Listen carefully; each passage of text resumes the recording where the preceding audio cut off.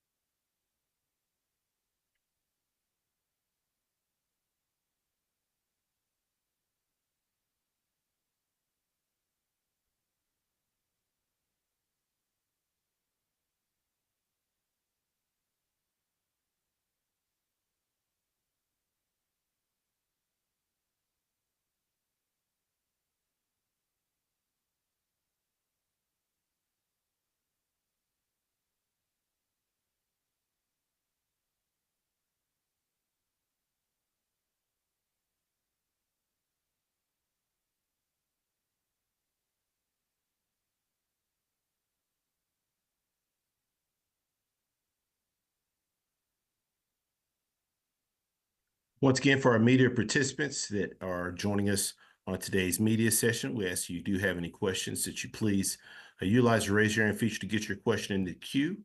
With that being said, we're happy to be joined by Coach Maynor with Alabama A&M. Good morning, Coach. Good morning. How you doing? Doing good, Coach. Coach, as always, we appreciate you taking some time out of your busy schedule to join us. Coach, if you could please start us out with an opening statement, recapping your team's most recent outing versus Jackson State. Yeah. Yeah, we didn't get the result we wanted. The Gulf Coast Challenge, seventh annual Gulf Coast Challenge. We look forward to. We knew it was going to be a good game. TC is doing a good job with those guys. Watching the film, we knew they had a good football team. They took the opening kickoff, went down and scored. Excuse me. And then we got the ball and we moved a little bit and they stopped us and we had punt and they got a good return on punt and set them up for a short field and scored. And then we went down and drove it down again and lose a little bit of clock, kicked the field goal, made it 14-3, kick off, and they run it back for a touchdown. So it's 21-3, we're a little bit behind the 8 ball and kind of wanted to run the ball a little more but when we got down 21-3, kind of had to get out the game plan a little bit, and we didn't do a very good job of slowing them down in the first half. I think they scored on all 6 possessions in the first half. And so, therefore, we was behind the 8 ball at halftime, 38-10. But our guys came out the second half, didn't quit, gave a touchdown the first possession, got down 45-10, we fought back and made it 38-45, but fell a little short. And so I'm proud of my guys that we didn't quit, kept fighting, and gave ourselves an opportunity. So, but we got to get some stuff corrected defensively, tackling, giving up big plays and special teams, staying in our lanes. Appreciate those opening comments, Coach. First question goes to Doc Holliday. Good morning, Coach. How you doing today? Good, Doc. How you doing, man? I'm doing good, doing good. In fact, you just explained that the team went down 38-10 in the halftime, and then you make a almost pulled off the miracle, going scoring 28 straight points in the second half, while only limiting Jackson State to 7. Once you made your QB change, what were some things that you just implemented in the game to try to keep yourselves motivated and to keep the team around to keep it up after going down by 28 in the first half? Well, we knew we was gonna play Xavier. Xavier played in the first quarter anyway. He was in the game plan to play, and we really didn't make. Only thing we did was threw the ball a little bit more the second half. We ran the ball pretty good the first half. We fumbled. We snapped the ball. Our quarterback is in shotgun, and the center snapped the ball like he was up under the center, and we don't even go up under the center on 3rd and 1 on the first possession of the game, and so that stopped that possession. And then we got down in the red zone and had back-to-back false starts that limited us to a field goal on that drive. Right before the half, our quarterback fumbled. That killed that possession. So that's 3 possessions right there the first half that, they played good and they got a great defense, but that was on us. That was us kicking our own butt, as Mike Tomlin would say. If we can get out of our way, stop kicking our butt, then we can start kicking their butt. But we just kind of shot ourselves in the offensively. We shot ourselves in the foot in the first half. Defensively, we just didn't. We didn't have a chance. We didn't stop them at all in the first half. So we knew offensively, if we cleaned that up, that we have a chance to put some points on the board, and that's what we did. And then defensively, we played a little bit better in the second half. And my second question is, because it is considered homecoming week at Alabama A&M this week. Am I correct? Yes, What sir. are you telling your guys as far as keeping them focused for the game at hand against Bethune-Cookman? I told them homecoming's for the students, the alumni, and friends of the family, things of that nature. I told them they can't go to anything. If they want to be a regular student, they can't go to it, because they will be a regular student if I catch them there. Stern warning. You have a good one, Coach. You too, man. Next question goes to Perry Daniels. Good morning, Coach. How are you? Good. How you doing, Perry? I'm doing well, sir. I want to talk about Xavier Langford and his play, Coach. 21 of 42 for 245 yards and 3 touchdowns. Yeah, he played well. He played well. He's a gamer, man. And X is a gamer. He's gonna compete, and you don't never have to worry about that with that guy in the game. He can also hurt you with his legs. He's tough, and he knows the system, and he knows where to go with the ball. He played an excellent game. He gave us a great opportunity to come back and gave us a chance to get one more stop and have a chance to tie that game up, or go for 2 at the end. So yeah, X is a senior, and he when I came in this morning, he was in the weight room. So, and this is their off day. That's type player he is. Great. Coach, also, you all went 6 for 6 on 4th down conversions. Talk about that, Coach. Yeah, that's great. But you know what the problem with that is? 4th downs. Yeah, we got to do better on 1st, 2nd, and 3rd down, which we did. We had 500 yards total offense, and we put up 38 points. But at the end of the day, we don't want to have those situations where we got to go forward on 4th down 6 times. But we were 6 for 6, and that's outstanding. But we don't want to get it done on 1st, 2nd, and 3rd down, so we'll have to do it on 4th down. Thank you, Coach. Good Yes, luck sir. this week. Thank you. Currently taking questions for Coach Maynard at Alabama A&M. Final questions for Coach. Coach, as always, we appreciate your time. Look forward to speaking to you again next week. Thank you, man. Congratulations to everybody that won this weekend. Good luck this week. Appreciate it. All right, we're a few minutes ahead of schedule for Coach Robinson. We'll pause. We'll be back momentarily. Thank you for your patience.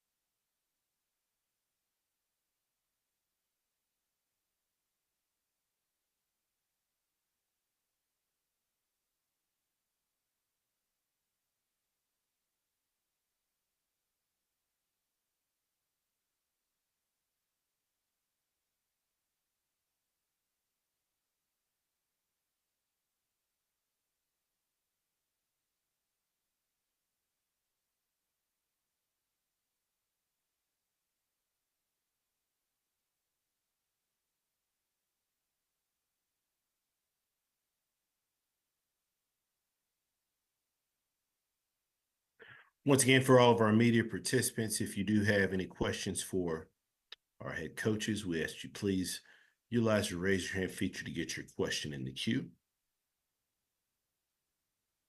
But you please ensure that your lines are please ensure that your lines are muted unless you are actively asking a question. With that being said, happy to be joined by Coach Robinson with Alabama State. Good morning, Coach. Good morning. How's it going today? Great, Coach. Great. Appreciate you. Coach, as always, we appreciate your time. And if you could please start us out with an opening statement, just recapping your team's most recent outing versus Florida A&M. Yeah, we fell short. Talented Florida A&M team. Coach Well, Coach Cozy has those guys playing at a high level, and they came up here ready to play. I think both teams started off strong. Had a great crowd. It was homecoming, so we had all those homecoming festivities. That was great. The kids did a great job of staying focused all week, like we asked them, and came out ready to play. Thought we ran the ball well. Took some advantages of things that we had from that standpoint. Young guy had over 100 yards rushing again this week. He didn't get in the end zone, but I thought he did a great job. Jamari Holsclaw went back and forth in the first half. We missed a couple field goals in the first half, and I say it a million times: if you can't kick, you can't win. The week before we was able to kick field goals well. This week we wasn't, and this week we didn't. And I think that was a big point in the ball game, especially early. We didn't take care of some of those opportunities that we had, but 7-on-7, 7-7 at the half. Came back in the second half, and we threw a pick. Just not a good decision, but it's part of football that happens, and they took advantage of it. And I think overall, if I had to sum up the game, FAMU did a great job of taking advantage of our mistakes. They scored 14 points off of turnovers. After that interception in the third quarter, they came back on the very next play with a big play. Richardson's a very talented quarterback, probably one of the best in the conference. Able to slow him down, able to get a couple interceptions, which was big. He hadn't had many turnovers all year, but at the end of the day, he made the plays that he had to make. And then another big part of the game, was able to kick a field goal, cut it from 11 to 8 to give us a chance. They were able to get a stop on defense, so they were able to get the ball back, and then had a fumble on the first play that they returned for a touchdown. So they once again took advantage of our mistakes, and that's what football comes down to. Crucial parts in the game when you're playing a championship team like they are. They took advantage of our miscues, and that's part of football. And so we have to become a little bit more mentally stronger. I thought physically we played a great game. We had a good game plan. It was moving. And the other thing that we didn't work on or didn't do a very good job on was third downs. 2 of 13 on third downs, and I think they were 7 of 13. So they excelled in converting on third downs, and we didn't, which kind of skewed that time of possession in their favor. So tough loss, but it's one of those things what should have happened. That's what we tell the kids. So now you have to come back this week, and we have Mississippi Valley State playing at home. And we know Coach Wade, they always play us extremely tough. They're going to play us hard. They're going to compete. They're going to fight to the very end. So we know we have to be ready to play. And right now we're just trying to win the next SWAC game. Appreciate those opening comments, Coach. First question goes to Perry Daniels. Coach, so you talked about the interception that your team gave up, but your defense was able to get 2 interceptions from that good quarterback, Daniel Richardson. Talk about that. Man, it was the game within the game. And I think our defensive coordinator, Ryan Lewis, called a great game. Their offensive coordinator, I thought, called a great game also. We showed them a different coverage that we hadn't shown, and Dejan made a great play on that play, a great play on that interception on that game. So it was just one of those situations where we showed something different that the quarterback hadn't seen. We kind of felt like the kid has thrown for 5,000 yards in college. He's a great player. And so he's new to the SWAC, but he's not new to college football. And so we knew if we just lined up in the same thing that he would take advantage of it. So we showed something different, and we was able to get an interception on that play. But they changed up some things and came back and ran a great shuffle pass at the end of the game in the crucial part. So it was one of those games, if you really paid attention to the game within the game from a schematic standpoint, I thought both coaching staffs did a great job of doing some different stuff and then going back to their key things that they were good at. And that's what football is. So I think it was a very, very high-level football game on both sides.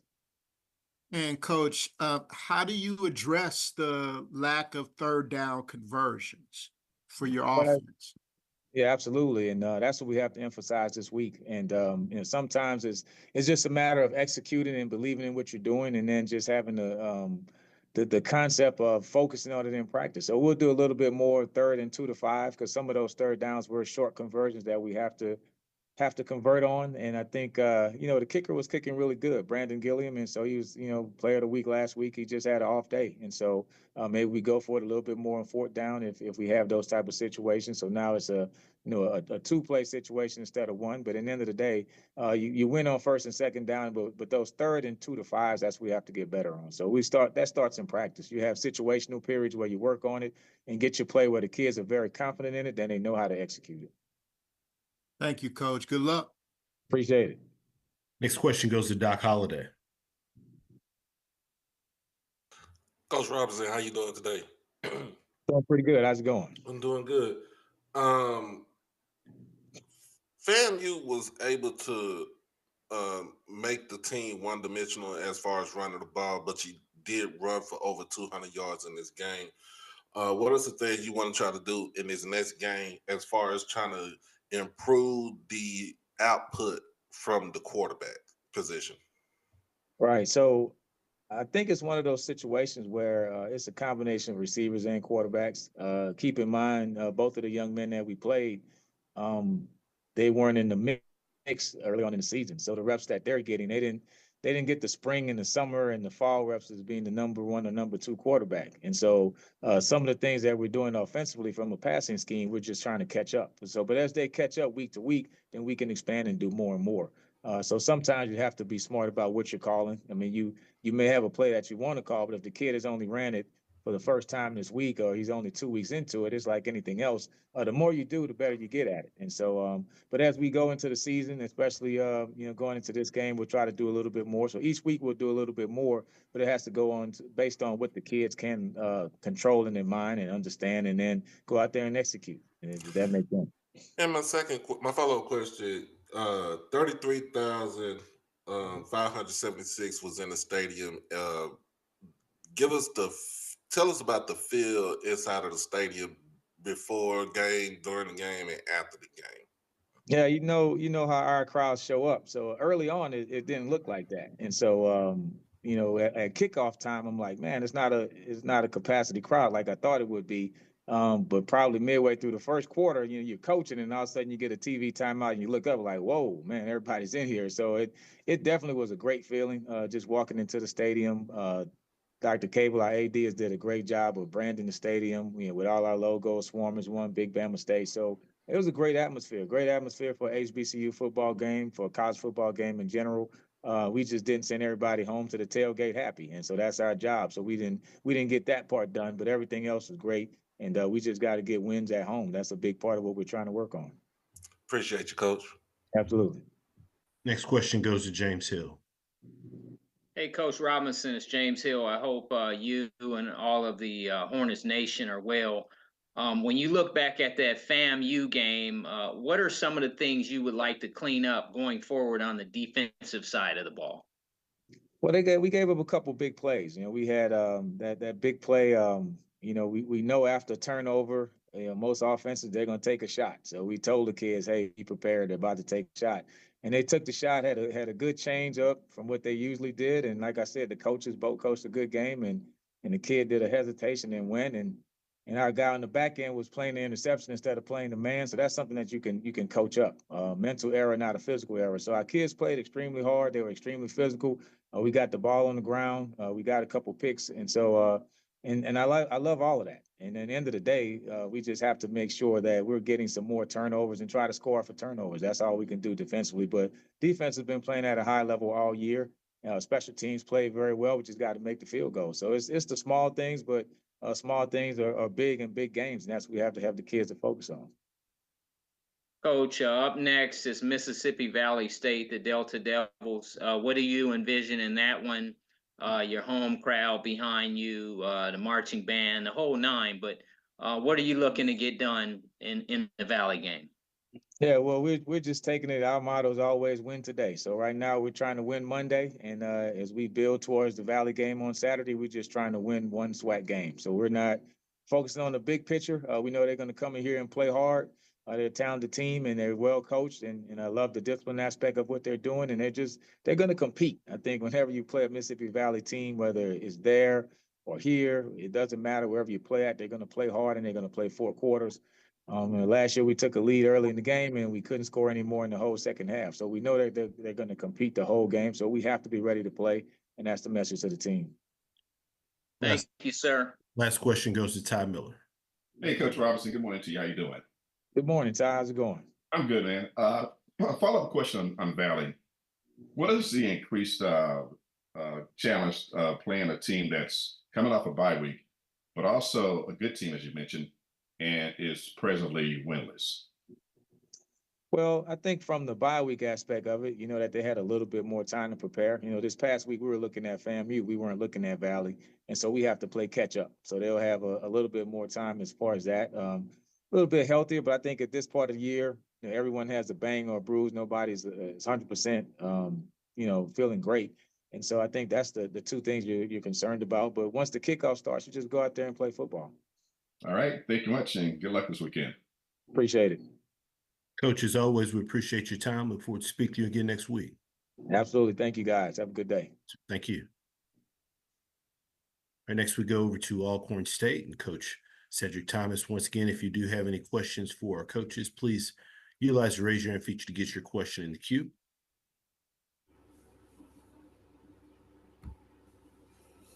All right, I do see we have Coach with us. Good morning, Coach. Morning. Coach, as always, we appreciate you taking some time out of your schedule to join us. Coach, if you could please start us out with an opening statement, recapping your team's most recent outing versus Arkansas Pine Bluff. Yes, sir. Homecoming, really good atmosphere. Everybody was excited. Good to see a lot of family and friends, pregame. And didn't get out to the start that we wanted. Kind of gave up some explosives, but offense kind of held it in the road. Defensively settled down. Coach Robeson and the staff did a really good job of selling the guys in and got some stops and was able to take it in the half. 14-14, and offensive came out and kind of drove the football and gave us a lead. And then defensively, they just did a really good job of just kind of pounding and continuing to work. That really explosive Pine Bluff team, and then just was able to just kind of run out of time and made some plays where we can kind of keep those guys at bay. And so was excited about the way the guys played, after that slow start, but being down 14-0 was not a small task. And so just excited about the way the guys felt, inside of, the game, just being able to battle back and deal with those adverse situations. And so just, was really good win for the Alcorn brand, the Fanatics, and just the nation itself. Appreciate those opening comments, Coach. One up for questions for Coach Thomas. Once again, if you do have any questions, please utilize your raise your hand feature to get your question in the queue. Floor is now open for questions. First question goes to Doc Holliday. Coach Thomas, how you doing today? I'm blessed. About yourself? Doing good. Going down 14-7 in the first quarter against Pine Bluff, you reeled off. You just went on a scoring run all the way up until the fourth quarter. What was the things that you did as far as limiting their offense, the quick strike offense for Pine Bluff to kind of keep themselves into the game? Yeah, me and the staff, Coach Rowe and his team, man, we got together and just kind of wanted to, change some defensive concepts. We had some man pitches earlier, and they did a really good job because they was, they had an off week just like what Coach Rob was talking about, and came out with some new looks and kind of got us in some bad situations. So we just kind of settled down and made our adjustments to get out some of the man principles, and was able to just relax and get a guy some really good calls so they could go play fast. And I think once they just kind of settled in, the Malachi Vegas and Mr. Edwards just kind of held us down to be able to get that ball back to the offense so they could put it in the box for us and score some points. Now, going into the game this week, you're going to Grambling, and we all know what happens down there in Grambling is strange things that happen down there. What are you trying to get? What do you tell your team to try to get themselves mentally prepared for this Tigers team? So it's the same deal for us. The football field is still 100 yards and 53 in the third. We still get 6 points for scoring touchdowns and 1 point for extra points. And so we just got to play our brand of ball. I'm only concerned about us. We started out, kind of slow, and we're starting to find our identity. So it really don't matter who on the other sideline for us. We got to continue to do what we're coached to do, and be sound in all three phases. And it'll give us a chance against anybody on any Saturday if we just can do those things consistently. I appreciate you, Coach. Next question goes to James Hill. Hey, Coach Thomas, I hope you and everybody on the reservation are well. Mr. Vaughn, talk about his game, able to do it on the ground as well as throwing the ball. But what did you see in that performance? He's just getting better. He's getting comfortable. Once we made him the official starter, now you don't have to look over his shoulder, as far as that aspect. But the guys really embraced him. He's just selling in, he's throwing to some guys consistently. We know we got a live arm and he can throw the football and make a lot of big time throws. And so how it is in the pass game. It always takes a little longer when you're dealing with, a lot of different wide outs and, pass pro and things of that, and just really good defenses in this league. And so he's starting to settle in. We know he can run. He's dynamic with his legs, but it's going to come a time where he got to sit in the pocket and be a natural passer for it. And so Coach Gale's got some things in the pass game that he can really excel in. And, just kudos to those guys on the perimeter just catching the ball and being consistent and getting open for them. Alcorn at Grambling State, big game, a game that a lot of people want to see. And there's a lot of history there. Talk a little bit about that. Yeah, we just celebrated the 2014 championship 10-year anniversary. And, I was talking to them guys about, from 2012 to now.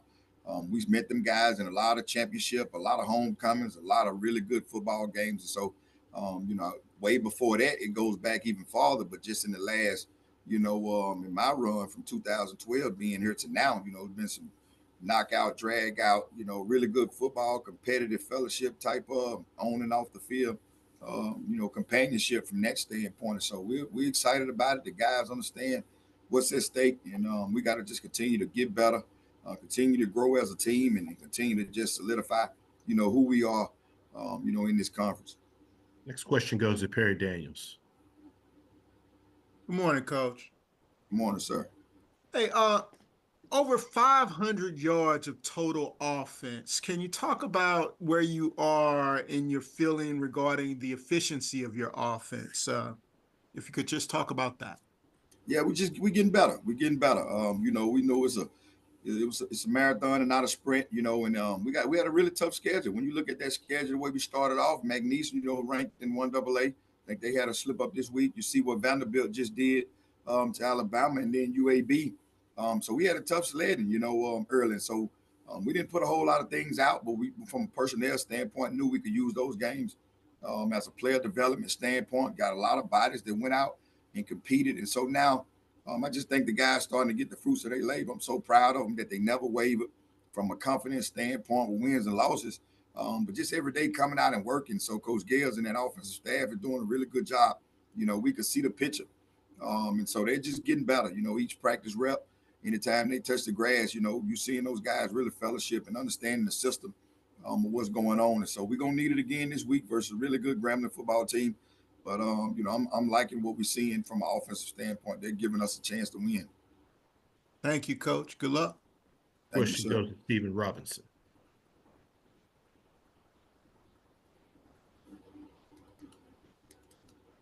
Next question goes to Stephen Robinson. All right. Next question goes. Yes. Good morning, Coach. How you doing? Oh, I'm blessed. What's up with you, Stephen? Yes. Quick question, Coach, about Stamarian Edwards, local kid from our area. I know he's leading your team in tackles. Can you just talk a little about what he's meant to the team and how he has perhaps matured over the last couple of years you've had him? Yeah, man, awesome. I am about kids from the Delta, and when I left Mississippi Delta, he decided to come with me. So he's leading us up front, on that at that linebacker position. He's running around making a lot of plays. He's the brains behind the operation. So I'm just so excited about him. About to get his degree, this semester, and I just can't be any proud of him. So he makes us go. And we're gonna need another one, this week for him to put us on the back, to stop this high-powered offense we got to go against. All right, thank you, Coach. Yes, sir. This question goes to Charles Bishop. How you doing, Coach? Oh, I'm blessed. How about yourself? Hey, what caught my eye was you guys rushed for over 300 yards. But talk a little bit about your offensive line and what they were able to do in this game. Most consistent unit since we've been playing football. Tremaine Watson, the new O-line coach, he's just bringing that MEAC mentality. Them guys, we play a lot of bodies, and it's just mentality. When you watch them guys at practice, they grind, and I think that's been the difference. All the way from, UAB, we rushed for over 100 yards in that game. And so we've been consistent. That's been the most consistent group for this 6-game stretch. And we continue them guys to get better. But that starts with their leader, and that's Tremaine Watson, coming in. And he's got them guys chomping at the bits. And so we're excited about where they're going. And like I said, we just got to continue to put it together and continue to work. But he's doing a really good job. And I'm so proud of those guys up front. Thank you, Coach. Yes, sir.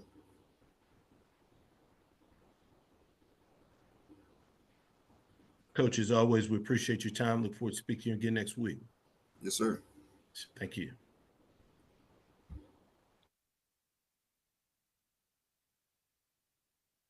Next, we'll go over to Bethune-Cookman. Coach Woody, once again, if you do have any questions, please utilize the raise your hand feature to get your question in the queue. That being said, happy to be joined by Coach Woody with Bethune-Cookman. Good morning, Coach. Good morning. Coach, as always, appreciate you taking some time out of your schedule to join us. Coach, obviously, bye week for your program this past week. So if you just kind of start us out just by kind of assessing your past week. Yeah, just doing a lot of self-scout, basically just working on us, trying to, make sure that we're, technique and fundamental and attention to detail based on what we evaluated, with our self-scout. But it's been a good week, getting a couple guys, back healthy, and looking forward to going down to Hutchfield. And sure, Coach Maynard, he's going to have his guys ready to go. Appreciate those opening comments, Coach. First question goes to James Hill. Hey, Coach, I hope you and everybody in Daytona are well. As we look back over the last week, the weather, and now we hear about another hurricane coming through, Does that disturb or alter the routine as you get ready to go into A&M? How does that work? Well, right now we're just kind of waiting on some finalization from administration. We may have to leave out a little early, preferably tomorrow, early Wednesday. Obviously the eye is supposed to hit around that Tampa Bay area and then come up this way. So, we're just praying and wishing for the best. Coach, going on the road to play to see Coach Maynard and those guys, talk a little bit about what you expect from the Bulldogs, and they're going to be ready to play. Oh yeah, man, really good football team. I mean, obviously had over 500 yards in offense, and I tell you what, Coach does a great job, with that program. Obviously, I mean, he's been there a while. He knows, understand how to get those guys, ready to go, and it's going to be a tough environment. Next question goes to Doc Holliday. Good morning, Coach Woody. How you doing today? Outstanding. And yourself? Doing good. Tell us the things you want to do to try to jumpstart your running game against Alabama A&M. Well, I mean, at the end of the day, I mean, it's going to come down to technique, fundamentals, and attention to detail. I mean, obviously, those guys are big, up front, athletic, on the perimeter. I mean, they're stout in the middle.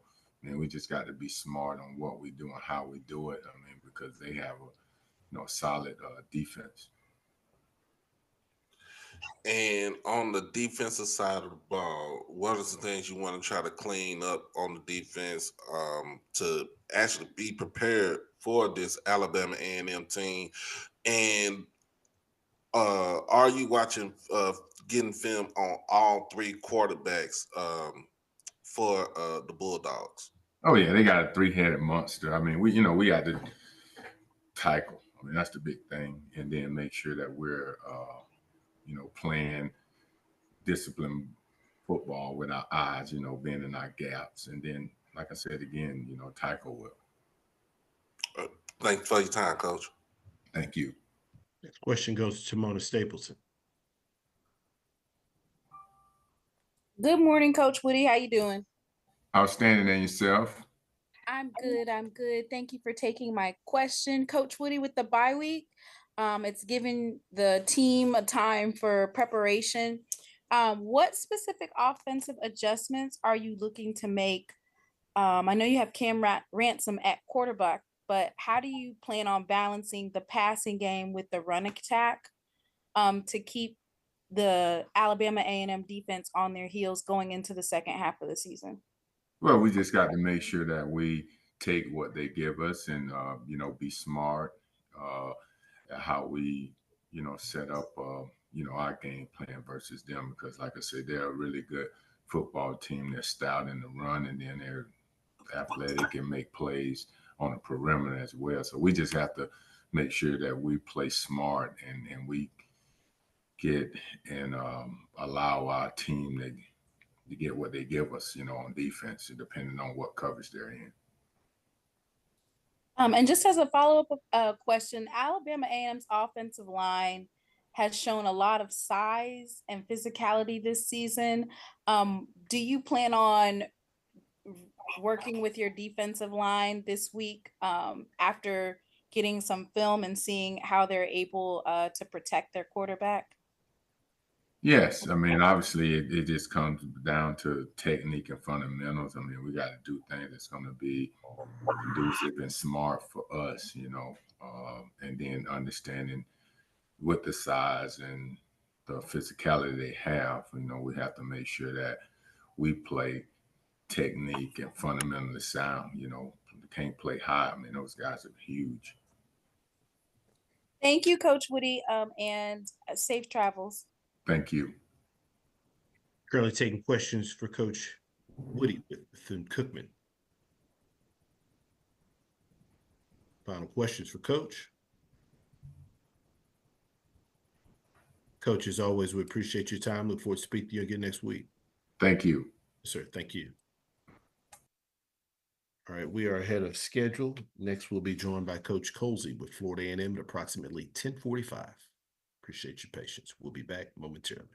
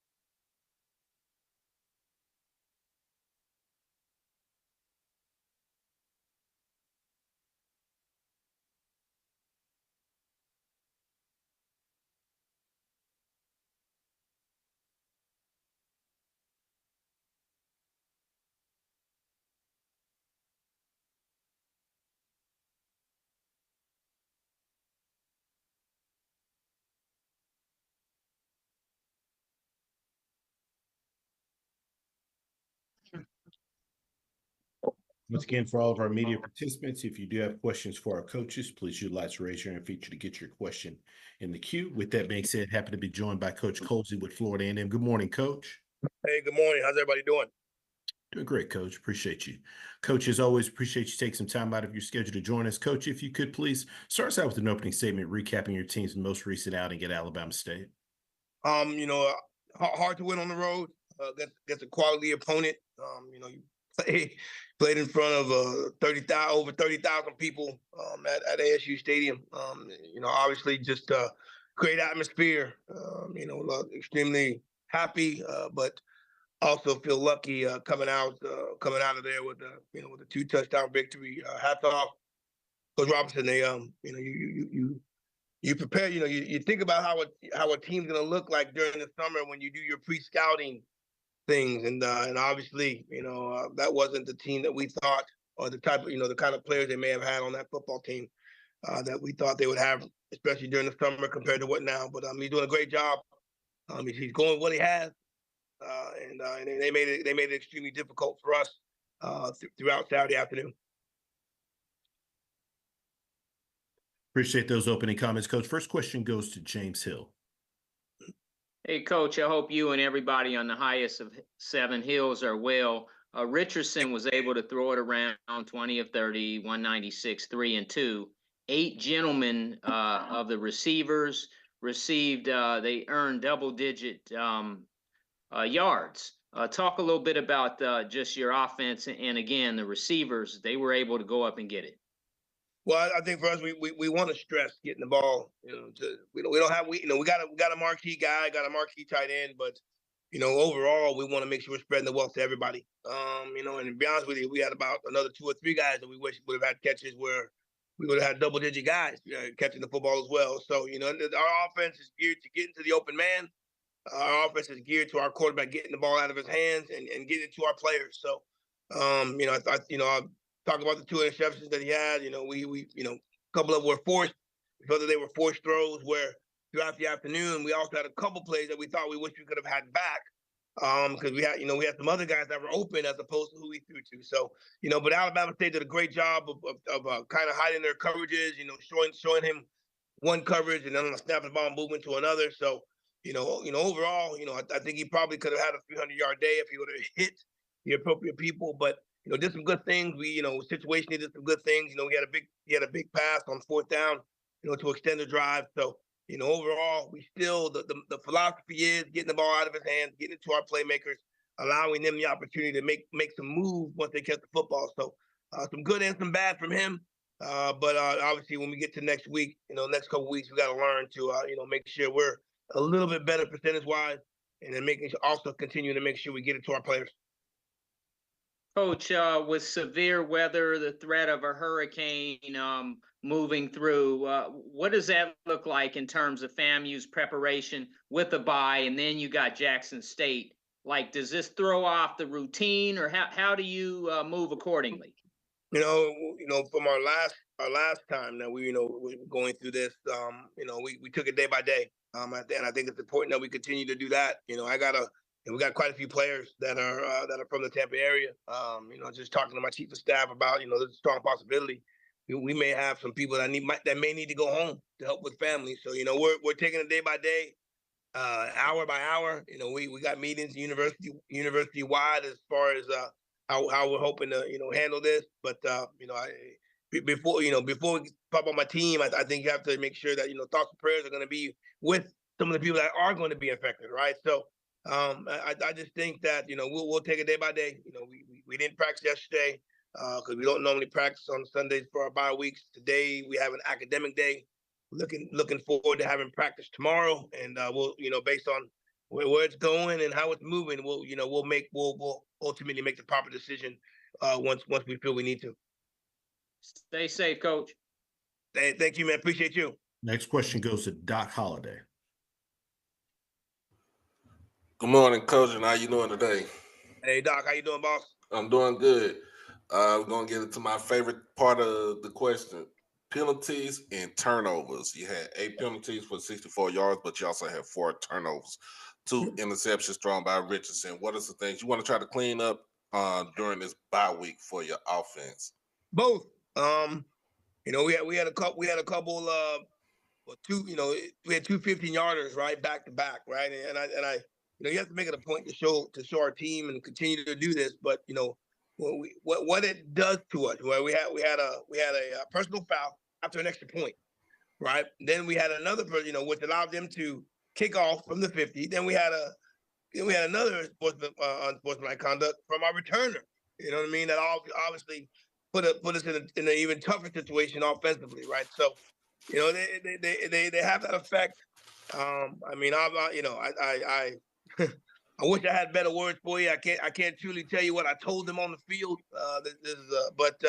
We got to be smarter. We got to understand the situation. We got to understand the moment. And both situations ultimately were, we were the second guy caught, but that's who normally gets caught, right? So, that was one of the biggest things I said to our team in the fourth quarter. When we sat them all down, my biggest thing was I'm not worried about how well we're gonna play or this and this. I just don't want any more penalties.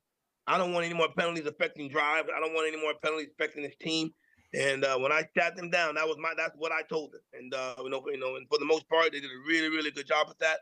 And obviously the turnovers, you got to give credit to some of the stuff Alabama State was doing. I mean, one of those interceptions, one of the best plays I've seen all year, was my man going over the top to get that interception. So, I would, Coach Daniel Ritchie would tell you that he probably should have checked it down and went to somebody different. But penalty wise, continue to stress the importance, and turnover wise, right? I mean, we had 4. Obviously we were able to get 3 ourselves. To I guess somewhat balance some of that out. But we're minus, I want to say 7 or 8 as far as our turnover margin goes, and we're 1-0 in the conference. We're 3-2 over the season, over the course of the year. So, got some things to clean up, and I don't think we can get by Jackson State with those type of penalties and having a 4 turnover affair. Appreciate your time, Coach. Well, and great questions, by the way. Next question goes to Mona Stapleton.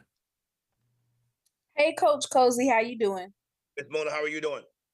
I'm good. Thank you for asking. I hope you are well. Yes. So, Coach, your offense, it looks like there was a time in the game where you were limited to 3.2 yards per carry with rushing. But of course, Daniel Richardson, he threw for 196 yards and 3 touchdowns. Can you talk about the adjustments that you make during the final quarter of the game against Alabama State, similar to Norfolk State and South Carolina State, where you guys are able to make a big push? Is that strategic, or is that just the resiliency of your players? Well, a little bit of both, right? As a head coach, with also a predominantly defensive background, I felt at that time of the game, we were doing some things well defensively, right? And I thought that I didn't want any turnovers, even though we did have one in the 4th, but I wanted to keep our side of the field. I wanted to keep it clean, penalty wise and turnover wise, right? So we were going to run the football, get the ball out of Daniel Richardson's hands with some of the quick game stuff, do some of the jet sweep that we were doing that we had done throughout the football game. But we ultimately felt that if we run the clock, run the football, let the clock run a little bit, depending on our special teams to punt the football, make Alabama State have to travel the length of the field. I liked our chances because they didn't necessarily have the opportunity to do that throughout the football game. So that was it wasn't more strategic, but I just felt that we were doing it situation wise. We knew offensively, defensively, special teams, we were able to do some really, really good things. And but I would say, run the clock on the offensive side, defensively, make sure we kept the ball in front, which ultimately we did. I know, we bended a little bit, but didn't break. They got down there and, obviously gave us a great opportunity by missing 3 field goals. So, I liked our special teams. I liked our offense, what we were doing, and defensively, I felt our defense did a really, really good job containing them, right, and not necessarily giving up any points. Thank you so much for that, Coach. And looking as a follow-up question, looking for Jackson State, of course, is your next game. Do you feel confident that this 4th quarter surge that you've been utilizing, or that's been working against teams that you've played against, is that going to be part of your overall game plan moving forward without giving out too much?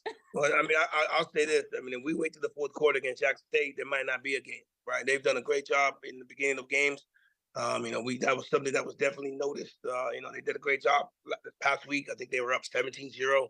And then, obviously the week before, so they've done a great job of starting well. And I don't know if we can not start well. We gotta be able to do the things that we've done in the 4th. We gotta be able to do that in the 1st and the 2nd. Now we've shown that we can do it. But I think obviously the type of game that the type of game I feel it's gonna be, I think it's gonna be pretty high scoring. And you don't want to get down too much. So I just think that as opposed to worrying about what Jackson State does, we just got to continue to stress and then continue to work on us starting well. I was extremely excited about how we started defensively. Now we just got to carry it over offensively as well. All right. Thank you, Coach. Thank you. Last question goes to Charles Bishop. How you doing, Coach? Hey, Charles. How you doing, boss? Hey, I wanted to ask this question and going back to the Alabama State game. Very well coached team with regards to Alabama State, but What sort of makes them difficult in terms of trying to stop the running game? Because from a passing standpoint, they've sort of been one-dimensional over the past few weeks. Ask that question one more time. Let me make sure I'm going to answer it correctly. Yeah, I wanted to know how, from your vantage point, what made it difficult to kind of stop their running game, because they did go for over 200 yards in this past game. Well, I mean, you could do a heck of a job, fitting gaps. You can do a heck of a job of holding up their alignment and things of that nature. But, the overall scheme, you're going to have to win there's going to be a time when there's a one-on-one tackle with your defensive player and their offensive player. And I thought they did a great job of winning those. You got that 60-something yard run where their running back, and it was their running back against our preseason all-conference safety, right? And I'll take that one-on-one tackle coming against our safety every single time. Well, he made him miss, right? Then that sucker turned into a 65 to 66 yard run, right? So, they got it schemed up where, they're gonna, their offensive line, they got those big old chokers up there that do a great job, and they hold their point. Fullbacks, their receivers do a great job of blocking down the field, but ultimately you're gonna have to make one-on-one tackles, and on a couple of occasions we did not. And like I said, one was a 60-yarder, the other one was a 20-yarder. Well, heck, now it's almost 100 yards rushing just off of 2 runs because of maybe 1 or 2 guys missing tackles. So, but they do a good job. They got 2 or 3 good running backs that they keep their feet running. They make moves when they need to, and they want to get their guys outside. So they do a good job. They do a good job allowing those guys to get that one-on-one advantage. And just because you make a tackle the first time or the second time, it doesn't mean you're gonna make it all the time. And then when that guy does miss, that's when they pop one. Sure thing. I appreciate that, Coach. No problem. Coach, as always, we appreciate your time. Look forward to speaking to you again next week. Hey, appreciate you guys. Thank you. Thank you. All right, next we go over to Grambling State. Coach Joseph, once again, if you do have any questions, please utilize raise your hand feature to get your question in the queue. With that being said, so happy to be joined by Coach Joseph with Grambling State. Good morning, Coach. Good morning. How you guys doing? Doing great, Coach. Great. And as always, Coach, we appreciate you take some time out of your schedule to join us. Coach, obviously, bye week for the Tigers this past week. If you can just kind of start us out by assessing this past week for your program. Well, I mean, it was good. Going to the bye week with a loss. They always say you got to learn from your loss. So I think we did a good job this week of just going back and self-scouting ourselves and making sure that certain things don't stick out like a sore thumb, and making sure that the kids unpack what we've been doing the last 5 weeks and make sure we're on the right page as coaches and players. So it was a good week just to reflect on ourselves, and that's what we did. So it also was good let the coaches get out there, go recruit, and let the kids go back and see their family. We've been grinding with this group since May 20th. This group we reported May 20th, and I think we gave them 1 break. It was the 4th of July week. So it was good for them to get home and reset and get ready for this 7-game season. Appreciate those opening comments, Coach. First question goes to Doc Holliday. Good morning, Coach. How you doing today? Doc, how you doing, man? I'm doing good. You just pointed out, as far as being on your bye week, that you're trying to go back to the basics. What is the things you want to try to do, especially on the offensive side, to kind of get a little bit more running? Get a little bit more to your running game for the rest of the season. Yeah, we installed some runs that we think that we capable of running. We looked at our self-scout, and the numbers came back. And I always say, men and women lie, numbers don't lie. So the numbers came back, and so we're going to attack the numbers that's on the plus side for us, and we're going to continue to try to get better at those runs. And we got to do better on 3rd down also, because those numbers didn't reflect that we were very good on 3rd down. So we really got to harp on, just the run game, and then 3rd down, keeping the chains moving on 3rd down, because once we get in the red zone, look like we're pretty good. I think it was like 85% in the red zone, but we got to do better with the run game. So we had to revamp that a little bit and get the runs that plays in our favor. And we also had to get the 3rd down situation, under wraps. We had to do that also. And my second question is, you're going into the game against Alcorn. Tell me about the feel and the attitude of the team going into this game, And also, is this homecoming for Grambling for this week, if I'm not mistaken? No, it's not Okay. homecoming. Next week's homecoming. Okay. And I think, on our part, we just to keep it frank, we pissed off right now, and we're going to play pissed off because we felt like we had a game that we let because we didn't play up to the level that we put out. We said that we should play, the Grambling State standard of performance. We didn't play to the high level, but you got to take your hat off to PV. They kind of subdued that a little bit, but now we got to get where we're going with attitude for the next 7 games. So that's the attitude around here. It's a little chirpy around here. It's a little chirpy for the coaches and for the players. Everybody's on edge a little bit, and that's how we want it. We won when it was 4th and 1 in this building. So now it's back to 4th and 1 in this building, and when you get on a winning streak, you got to make sure that you stay consistent with how things are in the building. So it's back 4th and 1 in this building. Appreciate your time, Coach. Thank you. Next question goes to Perry Daniels. Good morning, Coach. Perry, how you doing? Super fantastic. Hey, Coach, this Alcorn State Braves program traditionally determines who wins the Western Division of the SWAC. Your program has evolved quicker than most anticipated, becoming very relevant extremely quickly. Talk about this game and its importance in the SWAC Western Division title race.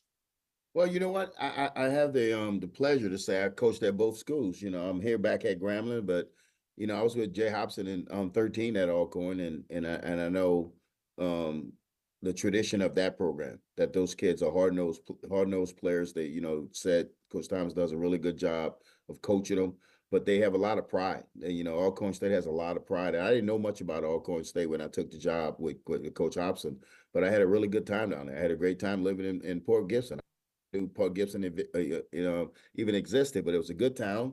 But the magnitude of this game is a big game. It's Mississippi against Louisiana. And you only can say what 2 hours separates us.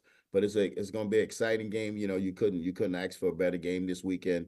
Alcorn, they travel well. So we're looking forward to the challenge, and it's going to be a really good game, and everybody's got to be on their A game. But I know they're coming. I know they're bringing it, and in the West go through them. We understand that to win the West, it goes through Alcorn. So it's a good game for us right now, and we're going to sit back and we're going to prepare this week and give our best shot on Saturday.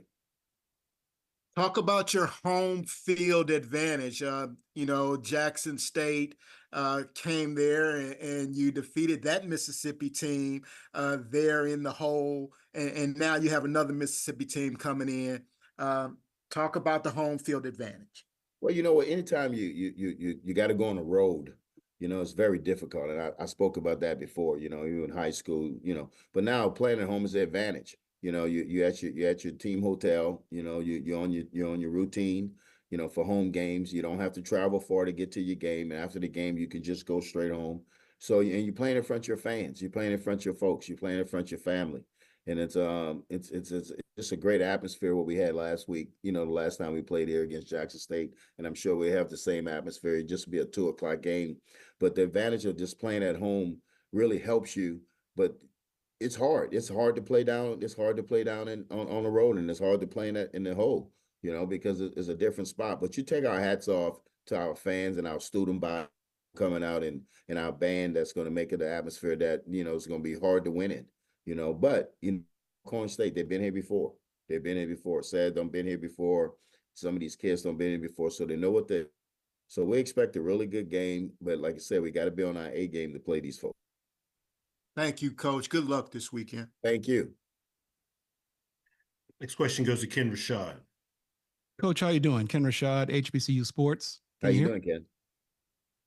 Yeah, Coach. I know that earlier you mentioned about the pass protection for Crawley. Talk about the adjustments or whatever plans you've made during the bye week to put him in a situation to where he can where you put him in a situation to where he can continue to get the type of protection that he needs in the passing game? Well, we got to figure out what protection we need to keep him upright.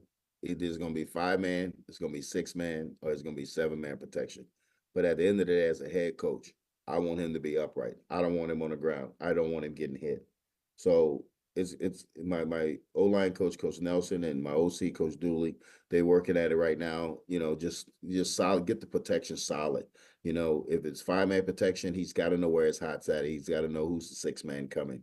If it's 7-man, if it's 6-man protection, he's got to know if they bring 7. So we just got to do more recognition for him, to know where everything's coming.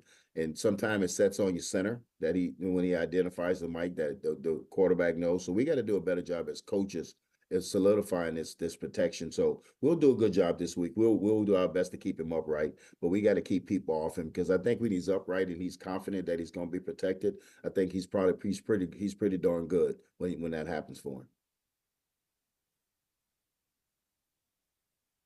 Coach, as always, we appreciate your time. Look forward to speak to you again next week. I appreciate you. Good luck to you guys this week. Thanks, Coach. All right. Next, we're going to go over to Arkansas Pine Bluff. Once again, if you do have any questions, please utilize the raise your hand feature to get your question in the queue. With that being said, happy to be joined by Coach Hampton with UAPB. Good morning, Coach. Morning. Coach, I want to deviate slightly. I know typically we dive right into football talk, but obviously some more life matters this past weekend that your program dealt with Caleb and your student athletes. Saw some promising news reported. So if you could give us an update on his condition. Well, obviously, Caleb is at home. He stopped by yesterday, him and his parents, and his mom, dad, and his twin brother, Cal, which was a starting corner for us. He's out for the year as well. Got hurt in spring ball, but he's doing well. He's walking on his own. He's just walking a little gingerly. Obviously it was a scary moment for the young man, scary moment for everybody involved. But man, we people of prayer around here, and we had a lot of people calling, praying for him, lifting him up. And so, man, God delivered again. And so that's the good thing about the God that we serve, right? So the kid was talking about, Coach, man, we got practice on Monday, right? I was like, yeah, we do, but you don't. But that's just who he is. All is well with the young man, and hopefully he'll be coaching with us on Friday when we play Prairie View. Outstanding. It's so great, and happy to hear that news, Coach. We've been thinking about you as long as him as well as your program. So with that being said, happy to be joined by you again. Coach, can you start us out with an opening statement, just recapping the game versus Alcorn State? Obviously, very frustrating game. We had every opportunity to win the football game. It was up 14-0. We gave up a play that shouldn't have happened. Then we take they kick it off to us. We run it back about 65 yards. They call a hold. Obviously we were dialed in early, and then we kind of go back and forth, hold them a couple of times, and then we're driving the ball again. We get a couple holding penalties, knock us out of scoring range, and it's 14-14 at half. And then we get to fourth quarter, I think it's like 21-21. It's frustrating when you're building a program, and then you're right there at it. And then the kids just got to continue to trust the scheme, trust themselves, trust your teammates. Because when Caleb got hurt, man, we kind of had a little lull, and the kids wasn't thinking football, and I don't blame them. But hats off to Alcorn. They won the game, but we're moving on. Appreciate those opening comments, Coach. First question goes to Tanner Spearman. Good morning, Coach. Gonna have a bit of a spotlight on UAPB this week, playing on a Friday night on national television. Obviously saw the band have their spotlight moment this past weekend, and now it's kind of your guys' turn for that national audience. How much of an opportunity are these things for you guys to be able to showcase UAPB and Golden Lion Nation to the country? Obviously, like I said, it's a Friday night game. Obviously, anytime you get on national TV, you're thankful for that opportunity. But we just need to probably get the tickets away this week. So we have some people. It's high school football, man. It's going to always be tough. But again, we just want a good crowd here for our players. So our guys can feel the love, feel the enjoyment. We know the band. They didn't travel with us last week. They had another engagement, which that was kudos to them. But obviously, anytime you get a Friday night game, you kind of, I normally sit in the hotel, watch Friday night games. So now it's us getting the opportunity to play. And so our young men, as I told them, man, everybody should be watching you, get a chance to go out there and do your very best. We'll have you ready to play. And so just take advantage of this moment. So we're thankful for the opportunity to be able to play on national TV, and we just need to show up as a team and present a good product and show everybody that we are one of the top teams in the Western Division. And like I said, it's just one game. We got 7 more to go. So we just got to keep battling. And Coach, with that national TV spotlight comes the very late kickoff. And on a Friday, I'm sure a lot of the kids are going to have classes during the day and then have to play a game that's going to go pretty late. How do you get these guys prepared mentally and physically for such a long day and to still be able to perform at a high level on the field Friday night? Hey, man, we did it. We did it in high school, didn't we? I mean, it's the same schedule, no different. You go to class all day in high school, then you play a 7 o'clock game. Well, we did this last year. We had an 8 o'clock game. We played Grambling. So all those things are just, I mean, they are what they are. You're a college football player. Somebody's paying your way to play a game for entertainment, and you get to do it on a Friday night. You get to sleep in your own bed, and you get to have your friends and your family come out to cheer you on. So it won't be hard to get them ready to play. I don't like just sitting around all day, but guess what? We'll be recruiting in the morning and we'll be watching film and just trying to put our guys in the best position to succeed. So that's kind of our mentality, and our players' mentalities are the same. Man, we just got to continue to just work. It doesn't matter whatever time that the game is what it is. We'll do walkthroughs. We'll watch more film. Obviously, you lose a day playing on a Friday, so we'll do a little more work. So it works out. All right. Thank you, Coach. Next question goes to Doc Holliday. Good morning, Coach. How you doing today? Hey, I'm doing good. Good, man. First of all, I just want to say prayers to the team and also to the young man that's in the hospital. I hope he is really feeling well, and I know he said he's anxious to get back out on the field. But with that being said, you started the game off 14-7 in the first quarter, and throughout the game, it was kind of teetering towards your team actually trying to pick up the victory. But again, Alcorn makes some adjustments in the second half and then go on the run. What are some things you want to try to tell your team to implement for your team, especially on the offensive side, to try to keep the foot on the gas, and now especially coming in against Prairie View? And you just made a good point. I mean, offensively, we were playing at a high level for like the first 3-4 drives. And what everybody's seeing is our quarterback's playing really well, and Giovanni's playing really well. And I said this multiple times, we have multiple weapons. We got to get the ball to other people. And so Mekhi has to spread the ball out. And he's doing a good job of taking care of the ball. But we have some receivers that can catch the football. And we got running backs that can run. And our O-line's doing a good job. We got tight ends that can catch the ball. So we can't get behind the chains. We're getting a couple holding penalties.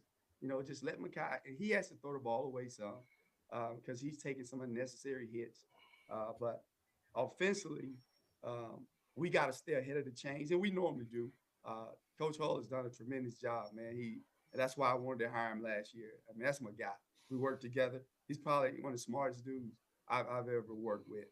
So he's doing a tremendous job with him. We just got to get Mekhi to understand he's not Superman. He's just one man. He's just 1/11 of the other 10 guys on the field. And if he does that, he's going to look better, even more. So we just got to continue to get him to just listen to the calls. We got check downs for you built into it. You don't got to do anything unnecessary. And so we're trying to get him to do that. And then just, coming after halftime, being 14-14, they go down, score, we go down and score. I think they go score again and we go score. So our offense is giving us a chance to win defensively. We're just, man, we played well for 3 quarters, and then the 4th quarter, man, we just started, guys started playing selfish. And we always talk about being single-minded, just doing your job. And that's when you have a young team and you bring in a lot of different people, sometimes that happens. But I'm excited about where we headed. And obviously, man, I'm glad I got a lot of people that keep me upbeat. But we gotta keep our foot on these kids and you know, continue to get them to believe, man. If you just do your part, the whole is going to be a beautiful picture in the end. It's a process, and we'll keep working.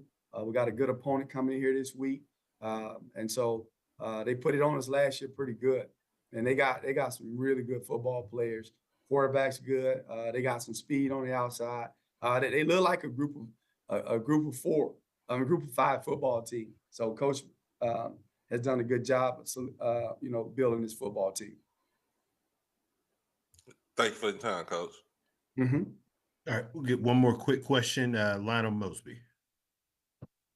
Hey, how you doing, Coach Hampton? I'm doing good. I was going to ask, right now I know you guys currently on defense, giving up an average of 230 yards on the ground. I know this last game Alcorn was really tough, 311 total. Of course, a lot of that was, you know, the QB's dynamic with a lot of scrambling. But now you're facing a PV team that's really struggling to run the ball efficiently, only averaging 89 yards a game. What are you doing this week to prepare your defense to win at the line of scrimmage and really keep that PV rushing attack limited? Well, I'll just say this. The 4 teams we've lost to, okay, Arkansas, they're 4-2, just beat the number 4 team in the country, correct? UCA, I think they lost last week, but they ranked what number? Top 10 in FCS. They got one of the best running backs, if not the best running back in FCS. And then we play Alcorn. That quarterback is special. That young man, all he do is just he sits back there, and if you get out your rush lanes, I mean, the kid rushed for 157 yards on 16 carries, and all those wasn't designed quarterback runs. It's just, hey, he's an athletic guy playing the quarterback position, and once you run everybody off, he can make people miss. Now, Prairie View got some really good running backs, and they play some really good football teams. So I don't really consider them not being able to run the ball. We got to continue to just be gap sound, have gap integrity, get off blocks. We wasn't very good on the perimeter. That's what really kind of, in my opinion, hurt us in the last game, because that game against Alcorn was there for the taking. The 3rd quarter, man, they started throwing the ball on the edges, and we wasn't tough enough. And we got to get tougher. So it'll be a good game this week. We're going to have to stop the run. Anytime you play college football, the name of the game is to stop the run. And why would you pass it? You know, Alcorn rushed for 311 yards. The tailback had 20 carries for 111. Some of those were 4th quarter runs, which when that's what you want to do when the game gets in the 4th quarter, you want to impose your will. So hats off to them. But again, we had every opportunity to win that game, and we just need to be able to stop the run. And offensively, for us, we need to be able to run the ball a little better, and we will. And then Makai needs to just keep us in positive situations. You know, we had 2 turnovers, didn't get any, and so, man, if we do all those little things, the Golden Line is going to continue to get better, and then we're going to start making a little noise here sometime when our players just continue to trust the process, and we'll be all right. And just to follow up about that offense, because it is very dynamic. But right now, I know you guys, this past game, only 2-11 on 3rd downs. Right now, 17-57 on the season, so 29% conversion rate. What can you do to keep that offense on the field, you know, convert on 3rd down, so that way you guys will be able to, you know, use a lot of those pieces that you got, you know, especially out on the perimeter? All right, we were 211 last week, right? 18%. And then what you say we were for the year? 17-57, yes, sir. 17-57. All right, so what I'm gonna do is, as soon as I get off this call, I'm gonna go in the OC's office and I'm gonna draw this on the board, and I'm gonna say they're asking what we're gonna do. All right, what we have to do is, honestly, we need to get ourselves in more 3rd and manageable situations. I think we had a couple 3rd and extra longs, honestly. And again, it falls back on us as and when I say us, Makai, like we got some 2nd and 6 calls. And then if he just runs the ball, take what they give him, it's going to be 3rd and 3. Then he's taking unnecessary hits, sacks, things of that nature. Then we get linemen down the field. Those are some of those things. So we're not as bad as it looks, but man, this offense is dynamic. But I'm going to say it again. We threw for 237 yards. Giovanni had 180 yards. Well, guess what? Man, we got 4 more receivers that can play college football, and they really special. So we got to get the ball to everybody. And that's what we've been working on. One young man that's transferred to it, he's been hurt, but he had a great week last week. And when you see him, I think everybody will understand, like, hey, okay, coach was telling the truth. We got a lot of weapons, and we just got to be able to get the ball to them. And like I said, Coach Hull and his offensive staff, they're doing a great job for us. They're putting us, giving us the opportunity to win all these games. Thanks so much, Coach Hampton. Coach, as always, we appreciate your time. Look forward to speaking to you again next week. Appreciate it. Y'all be blessed. Thank you. All right, next up, we go to Mississippi Valley State and Coach Kendrick Wade. Good morning, Coach. Hey, good morning. Appreciate your patience with us, Coach. I know we're a tad bit behind schedule, but obviously appreciate your time out of your schedule. Coach, obviously a bye week this past week for your program. If you just kind of start us out just by assessing your program this past week. Yeah, I mean, it was a much needed break. We was able to use this time just to kind of get back to basic fundamentals, tackling, running, catching the ball, protecting the ball. We was able to do some self-scouting. So that report came back and it gave us some insight as far as who we are, what we do well, what we don't do so well. And, it was a really good week. The kids got the opportunity to go home, be with their families for a few days, and they showed back up yesterday, enthused, excited, and we're looking forward to our next opponent, Alabama State. Appreciate those opening comments, Coach. First question goes to Stephen Robinson. Good morning to you, Coach. Stephen, my man, good morning. All right. Hey, good morning. Just wanted to get your thoughts on last week. You talked about the coaching changes that you made, somewhat close to mid-season now, and then you're coming off of a bye week.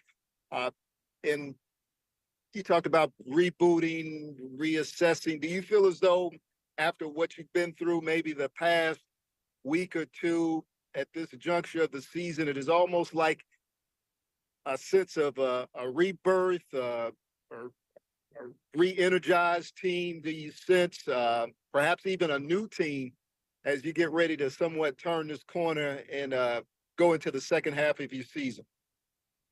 Yeah, I mean, same team, just a different mindset.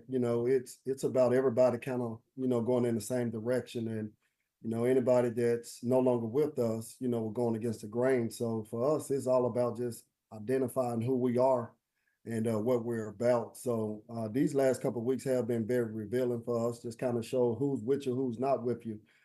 Stephen, I mean, in life, you learn about who's really with you when things are going bad. When things are going great, everybody's on board, everybody's with you. So again, these last couple of weeks just been a great opportunity for us to see who's really committed to this process. Everybody want to be a part of the outcome. And again, we trending in the right directions. I mean, we 0-5, but we're still trending in the right direction. And this is when you find out who deserves to be with you when that thing starts rolling.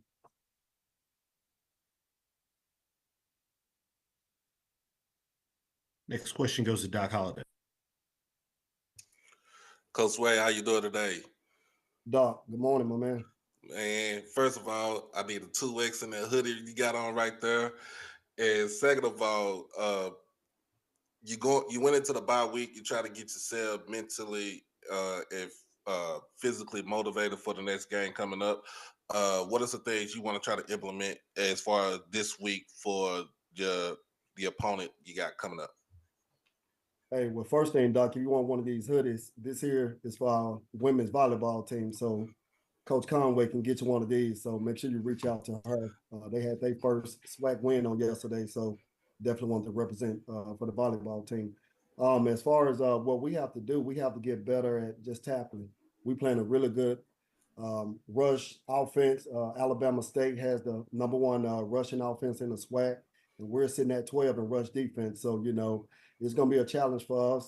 So again, it's all about just For us, just we got to be able to stop the run. Like I said, we did a self scout, and that's the biggest deal. We hadn't stopped the run, and we turned the ball over too much. We're down 14-21 before the game gets started, and that's just us just being in our own way. So again, it's about just getting back to the basic fundamentals. Can you tackle the ball and can you protect the ball? So that's all we focus on. And I think this weekend you're gonna see the best version of Mississippi Valley State. We step out against Alabama State. No ifs and buts about it. And my second question is, with the quarterback play, you want to try to.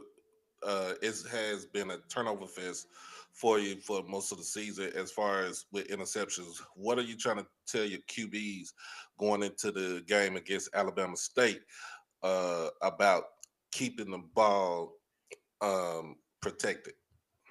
Well, we talked to the quarterback, but my thing is my conversation have been with the offensive coordinator. We have to help the kid. We have to help protect them against themselves. So we're not gonna throw the ball as much as we've thrown. We kind of put it in harm's way, so we don't want to throw it as much as we've done. And again, we had to find out what he's comfortable with. So, he had to walk in the office, he had to tell us, what are your 5 concepts that you love? The 5 concepts that you absolutely love. And we feature our game plan around that. So he got to make better decisions, but as coaches, we had to make sure that we're doing everything that we need to do to put him in position to help make those better decisions. All right, appreciate you for your time, Coach. Yes, sir. Next question goes to Ty Miller. Coach Wade, good morning to you. How you doing? Hey, good morning, Ty. When you spoke about tackling and working on that during the off week, did you find out whether it was more schematically or was it a personnel issue in some instances? And will that change this weekend against Alabama State in terms of the personnel? Both. It was both. There are some things that we could have done differently. We had these thoughts and ideas of the type of defense we thought we would be, and we had to make some tweaks and changes with that. And another part was just guys missing tackling, guys getting there. So again, we got back to the basic fundamentals of that. We don't necessarily go live a whole lot during practice, but we had some couple of days we had to go live. We had to see who can really do this thing. We try to protect each other by thudding up. We feel if you can kind of get to the guy, thud him up pretty good, you should be good at tackling.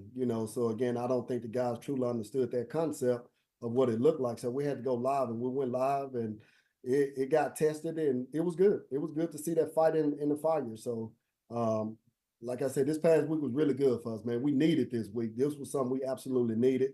And like I said, I think you're gonna see a better tackling team on Saturday. All right. Thank you, Coach. Good luck this weekend. Yes, sir. Thank you.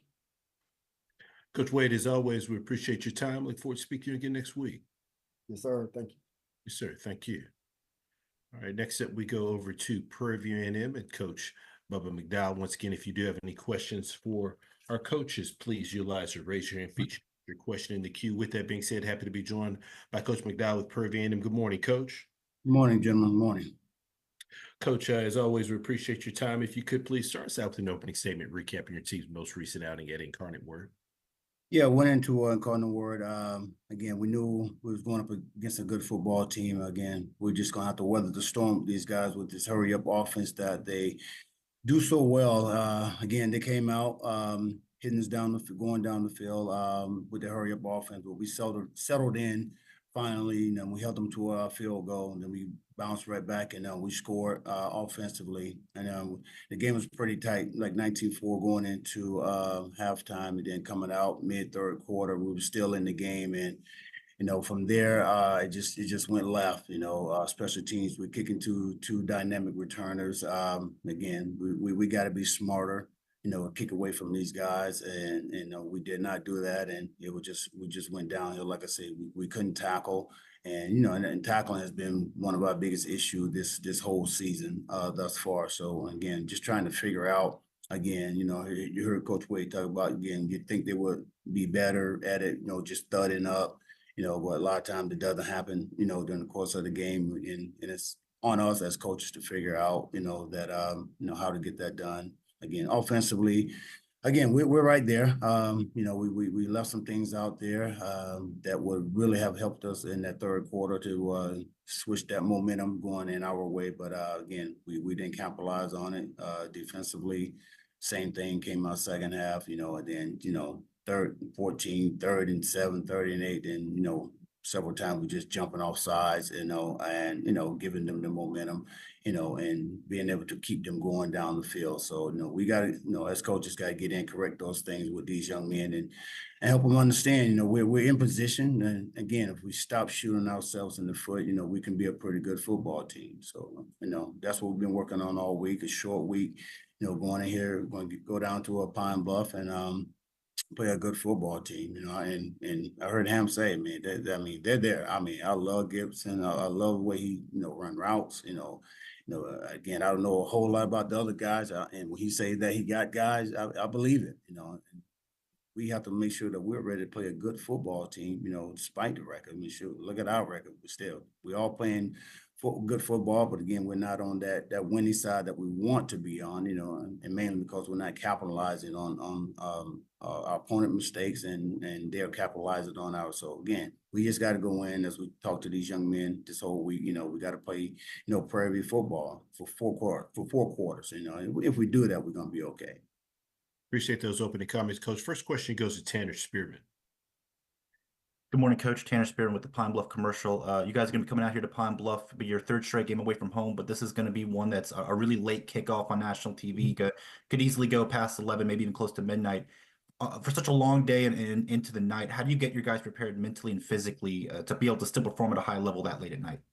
And we just got to make sure, you know, as coaches, we got to make sure that they stay upbeat. And our guys, you know, we got a bunch of crew guys, shall I say, a bunch of players that you know, that's pretty upbeat, you know, pretty much all the time. Again, we just, you know, we haven't had a break. You know, you can tell it's definitely taking a toll on our body, you know, since training camp, you know, and you know, so we've been taking the pass off a little bit more, you know, try to get the bodies back, you know, and cutting the time down out there on the field as well, so we can kind of get refreshed, you know, and get ready to go in and play a good football team. They know it's a late game. They know it's a long trip, so we just got to get these guys mentally prepared and ready to go no matter what. We still got to play the game. We still got to go out there and play a really good football team, you know, and hopefully we can get that win, you know, and then get back on this bus and head back to Houston. All right, thank you, Coach. Next question goes to Lionel Mosby. Hey, how you doing, Coach Bubba? Hey, Lionel, what's up, bud? Hey, I know this last game went up against Jalen Walthour, you know, one of the best wide receivers in FCS statistically. I know he went for, I think, 170 yards on 12 catches, had 2 touchdowns. You spoke already about Giovanni Gibson, right, who leads the SWAC, I think, 115 yards per game. What's the game plan coming into this week to prepare the defense to limit his production so you don't let, you know, these 2 guys beat you, right, Hagens to Gibson? Right. And again, we're not looking at just 2 guys. I mean, like I said, we know they got some more weapons over there. And again, our philosophy with these young men, again, is to make sure they just go out and do their responsibility. And as I said earlier, a lot of times when we make mistakes, that it end up costing us, you know, defensively. And, you know, again, that's been our biggest Achilles heel. Just, you know, when we're in a position to make a play or 3rd down or 2nd down or even an interception or type hands on the ball, we don't come up with the big play. And we got to figure out how to shut these guys down, you know, going into a Friday night's game. Again, really good football team. I believe that wholeheartedly. And, you know, and as I told them, I said, look, bro, you know, they gonna come out, they gonna be ready to go. You know, they don't give a crap about you being PV, they don't give a crap about you, you know, having a lot of transfers, guys, you know, from the portal. You know, they're gonna come out and try to win this football game. Now for us, we just got to go down there, be mentally prepared, you know, offensively and defensively, and again, just not shoot ourselves in the foot, you know, and give ourselves a chance. If we do that, I think we can be, you know, we need to be in the ball game, we're gonna win the ball game. But again, we just got to give ourselves a chance, you know, to make these plays that we're capable of making. And I want to ask too, I know UIW was 4-12 on 3rd downs, but they were 3 of 3 on 4th downs, obviously, and that kept them on the field a lot. On one of those 4th downs, I think when it was 26-21, the refs call a pass interference call on one of the DBs. Looked like they didn't get their head around. Was that something that kind of we teach them to play through the receiver's hands, or is it something they just not implementing there, to get their head around and look at the ball there? You hit on the head, exactly. They got to play through the receiver there. Once the receiver get past them, it's going to be very hard for a lot of these athletes today, should I say. You get one or two that maybe to get there, close the gap, get in phase is what we call it, and turn the head at the right time. But a lot of times when that receiver pass you, you got to get in phase, and when you get in phase, you got to read through his arms, and that's one of the things. I work with the guys today at practice, and I'm like, dude, we're gonna stop all this individual stuff. Let's start working some technique stuff. So we did a lot of that today in practice, just reading the wide receivers, and again. If we're as good as we say we are defensively in the backfield, we gotta show it. Not just talk about it. As I told my guys yesterday, I said, you guys keep saying y'all lock down corners. Hey, when are you guys going to show it? So yeah, you're absolutely right. They gotta be able to read through, the receiver's arms, eyes, and make the play. Simple as that. Thank you so much, Coach Bubba. Good luck this Friday. Appreciate it. Last question goes to Doc Holliday. Coach Bubba, how you doing today? What up, Doc? I'm doing good, man. 10 penalties for 112 yards. What are you going to try to get the team as far as getting them focused mentally? Well, we started there, and I implemented a little running the hill and 100-yard rolls for those who made those mistakes during the course of the game. And again, I have to get their attention somehow, some way, And as I told them in the team meeting, I'm going in a different direction with these mistakes that we continue to hurt ourselves with, and I figured out, I don't know if I figured it out, but like I told them, I'm going to implement some things, going forward, and if you do it during the course of a practice, and you're gonna get off the field during that time, you're gonna hit the hill until I'm done with it, until we're done with practice, or until I'm saying it's enough, because again, it is enough. We've had many chances, be it offense, third down, we dropping balls or blowing assignments, with our running backs, running backs not hitting the hole, they tiptoeing, and again, O-line, again, missing assignments. So, and again, we keep talking about we got these backs back there, and believe me, we do. But again, these guys got to understand that they got to do their job, and no more excuses. We're in SWAC play right now. Again, we're going up against a good team. We got to figure out somehow, some way to put it together. And if that means I need to take you out and you're screwing it up in practice and get you to the hill and help you understand, I can't make these mistakes. That's what I'm going to do, because again, we're too good. We have a lot of good athletes that are not, doing what they're asked to do defensively and offensively. So again, we can get that done, on both sides of the ball. We're going to be okay. We can be a pretty good damn team. And my second question is, everybody's for Pine Bluff is talking about Mekhi Higgins and Javonte Gibson, that duo right there, but nobody doesn't seem to talk about Ross, the running back. What are some things you see about him that you think you could try to limit him in the game on Friday? We got to get to him early. I mean, not let him get going. I mean, he's very patient, and he could stop and go. He chooses well, the holes that he, again, that is built for him or there for him at the time. So again, for us, it's just not letting him get going. And same thing for Mekhi and Gibson. We gotta get on these guys early, and if we don't, it's going to be a long day for PV defense and PV secondary as a whole. So again, we just got to do what we're capable of doing up front, and then more so in the secondary. These some dudes.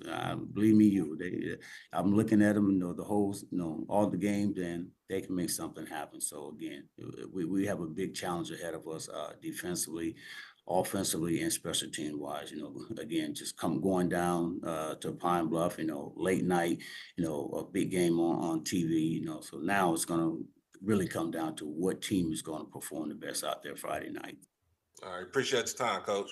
Thank you, sir. Coach, as always, we appreciate your time. Look forward to speaking to you again next week. Thank you, gentlemen. Thank you. Next, we go over to Southern University.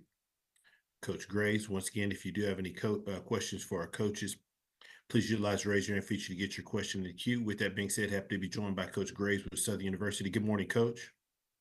Good morning, Drew. How are you? Doing great, Coach. Appreciate you. Coach, as always, we appreciate you taking some time out of your schedule to join us. Coach, if you could please start us out with an opening statement, recapping your team's most recent outing versus Nicholls State.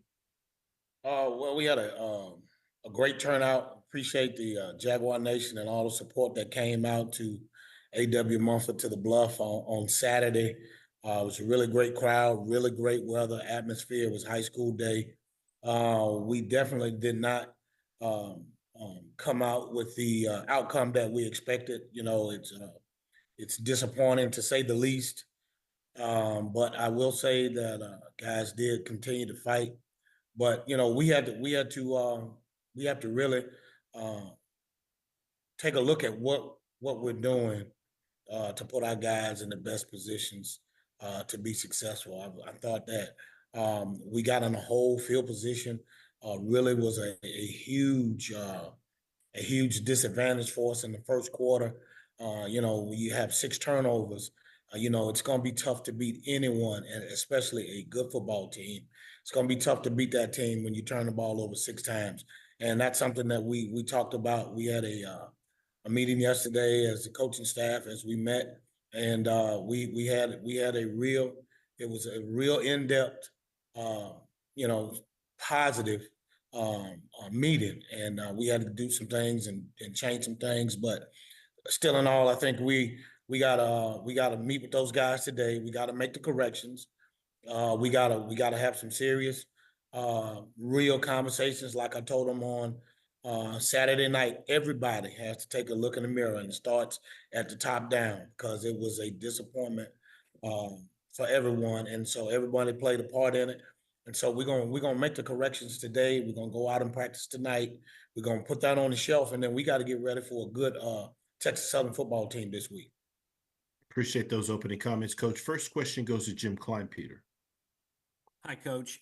Yeah, what kind of reaction did you get from your players after that game? I mean, were they contrite about their performance? I know you were probably pretty upset about it. Well, the guys were upset. They were upset. They know that we didn't play our best ball game, and by far, you know, we made a well, number one, we didn't play well at home, and that's disappointing. You know, whether we were home on the road, you never want to start off or play that way. Again, you know, turning the ball over, bad field position, you know, missed assignments and things of that nature. Guys were pressing to try to make plays and got themselves out of position. So we just those guys they understand. I mean, those guys, and that's the thing that I love about this team is those guys. They will take ownership, and it's nothing that they just thumb their nose at. They know that we have to fix. We have to fix those things that we didn't do well. Thank you. Next question goes to Perry Daniels. Good morning, Coach. Good morning. Hey, Coach, that Nicholls State team had a number of Louisiana high school athletes on their team, kids that played high school ball in Louisiana. It was high school day on the Bluff. What would be your message to a potential FCS player that is considering where to go to school in Louisiana? It's always the same. You know, Southern University is a great academic institution. It's a great culture, learning environment. It's a great place to live, a great place to grow, and be your best selves. And we have great athletic programs. So we're gonna always keep it the same, regardless of the outcome of the football game. There's no place like the Bluff. Louisiana high school students, student athletes, they understand the culture, the atmosphere, and they know that we are committed to recruiting and you know bringing Louisiana high school students here first, student athletes, and they know the history and the tradition of the program, and we're just going to continue to do what we do. And turning the page on that game, Coach, let's talk about Texas Southern, a much improved team this year under Coach Chris Dishman, but traditionally they have been a problem for Southern University. Talk about what you've seen on film regarding this year's Texas Southern team. Coach Disman's doing a tremendous job with Texas Southern. Those guys they're big, they're physical. They have some athletes in all positions, and they play with a swagger. They play with a swagger, and those guys are doing a good job. Yeah, Texas Southern has always been a team that we've always battled and had to battle, and so nothing's changed in terms of that. So they're doing a really good job. And we have to make sure that we are doing the things. And first of all, as coaches, we got to make sure that we put those guys in the best position possible to be successful, to give ourselves an opportunity to win. Good luck, Coach. Thank you much. Thank you. Next question goes to Doc Holliday.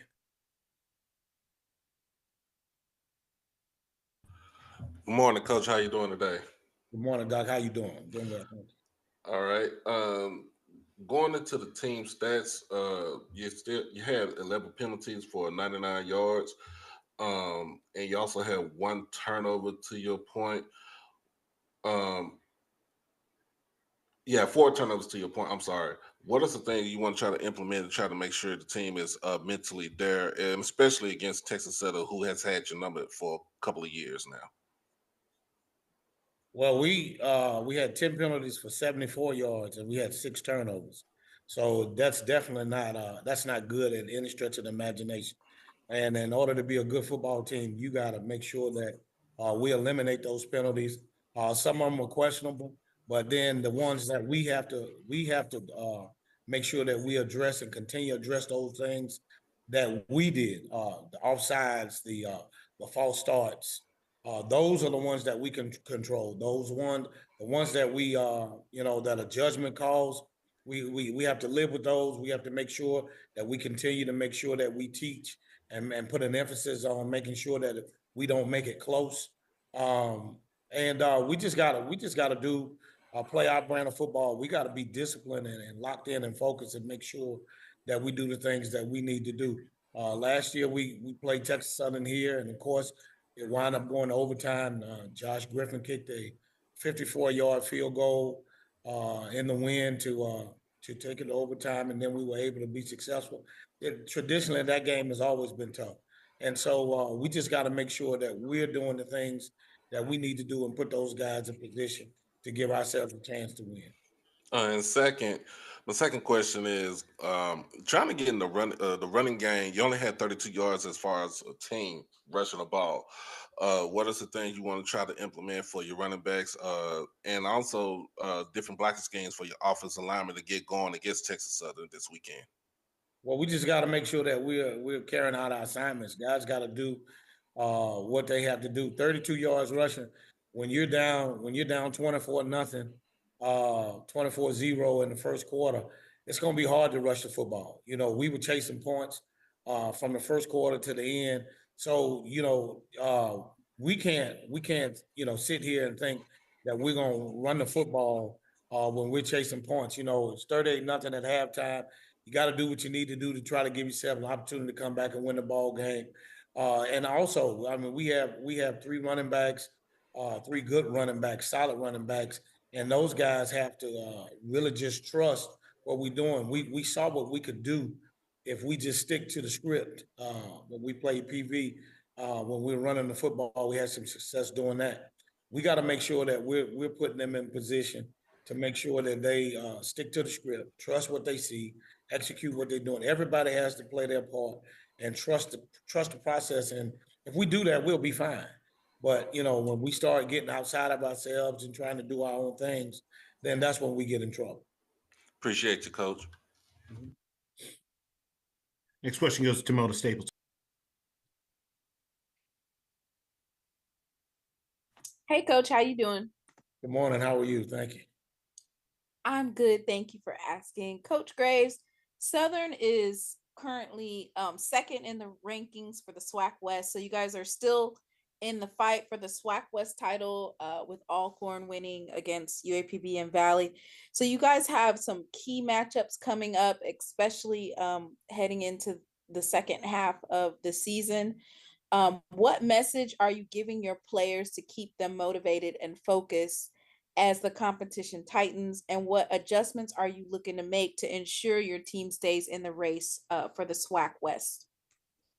Well, despite having lost last week, everything that our goals are still intact. We still have everything in front of us, and that's motivation enough to have an opportunity to continue to be in the hunt for the West. And that's the thing that we have to continue to keep our eyes on the prize and make the main thing, and we have to take it one day at a time.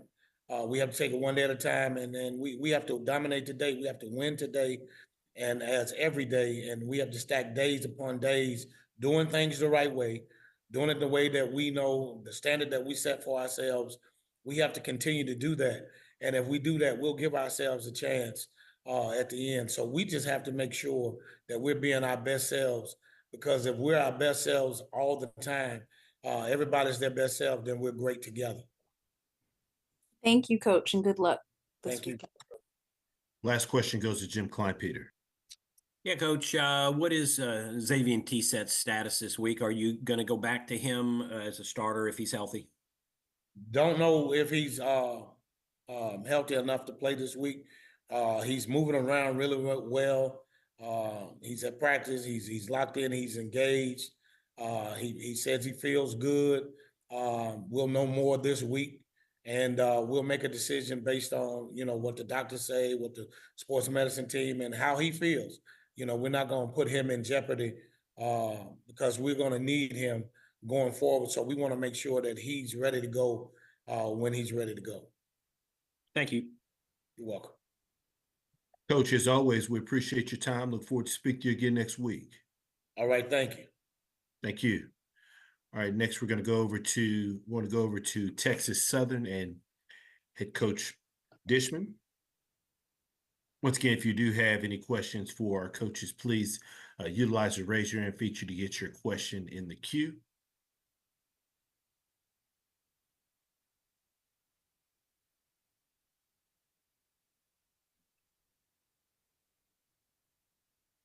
All right, I do see that we have Coach with us. Good morning, Coach. Good morning, everybody. How y'all doing this morning?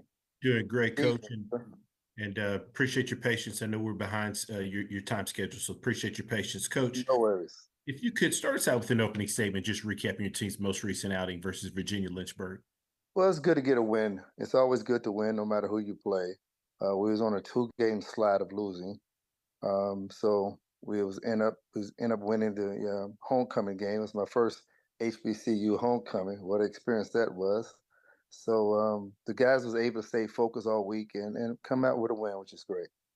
Appreciate those opening comments, Coach. First question goes to Charles Bishop. Hey, Coach, how you doing? Mr. Bishop? I know you never begrudge a win, but how would you characterize this win against Virginia Lynchburg, a team that's been offensively challenged? Well, it's a win. We got to move on. We got a tough game ahead of us. We got a tough schedule ahead of us. We play Southern coming up. Then we got our bye. Then we go into a Grambling. Then we go into our SWAC West play. So I characterize that as a win. Quick follow-up. When you talk about your pillars of things that you wanted to see this past week in terms of scoring in the red zone and limiting your penalties, what was your message to the team? 3 of 6 in the red zone, and then 5 penalties for 60 some odd yards. Well, you can't be 50%. You got to be 60% or more in the red zone. We was 50% in the red zone, so we have to score more points in the red zone, even though we missed some kicks that should have been made. But that's here nor there. We have to cut down on our penalties. With facing Southern, we can't have no 5 or 6 penalties. They're a good, well-coached football team. Got great players on the edges. The quarterback's a good quarterback. They got a great running back. So we have to be on our P's and Q's in order for us to win this game. Sure thing. Appreciate that, Coach. Mm-hmm. Next question goes to Perry Daniels. Coach, so you talked about what you've seen on this Southern team on film. The 2 quarterbacks, Noah Bodden has played most of the games recently, but they do have a freshman quarterback that has played some as well that may or may not be able to play this week. Can you talk about your strategy against both of those quarterbacks? Do your defensive schemes change in here? Yeah, they have to change because they're two different quarterbacks. So we have to practice versus two quarterbacks. If coach is still on the line, if he can just give me a cheat sheet right now, if he could just tell me who's going to play, then it'd be easy. So, coach, I'm throwing it back to you, coach, so you can tell me who's going to play at quarterback. Now, coach, this Southern team has struggled to run the ball. If you could talk about that and what your thoughts are defensively. Well, it's football. It's an old cliche. Stop the run and force them to pass. They have a real good running back over there. Well, we don't want their running game to get started on us. So we're constantly telling our guys that don't look at what they have done, look at what they can do. And that's what we tell our guys each and every time. When we watch film, we don't look at a team or what they have already done. Look at what they can do. And they can run the ball. They have the offensive line, and they have the running backs to run the ball. Thank you, coach. Next question goes to Doc Holliday. Good morning, Coach. How you doing today? Doc, and you? I'm doing good, doing good. You celebrated a victory for homecoming against Virginia Lynchburg. You also ran the ball for 222 yards for 5.7 yards per carry. Tell us the things about the running back room that you think can be an asset to you for the Southern game.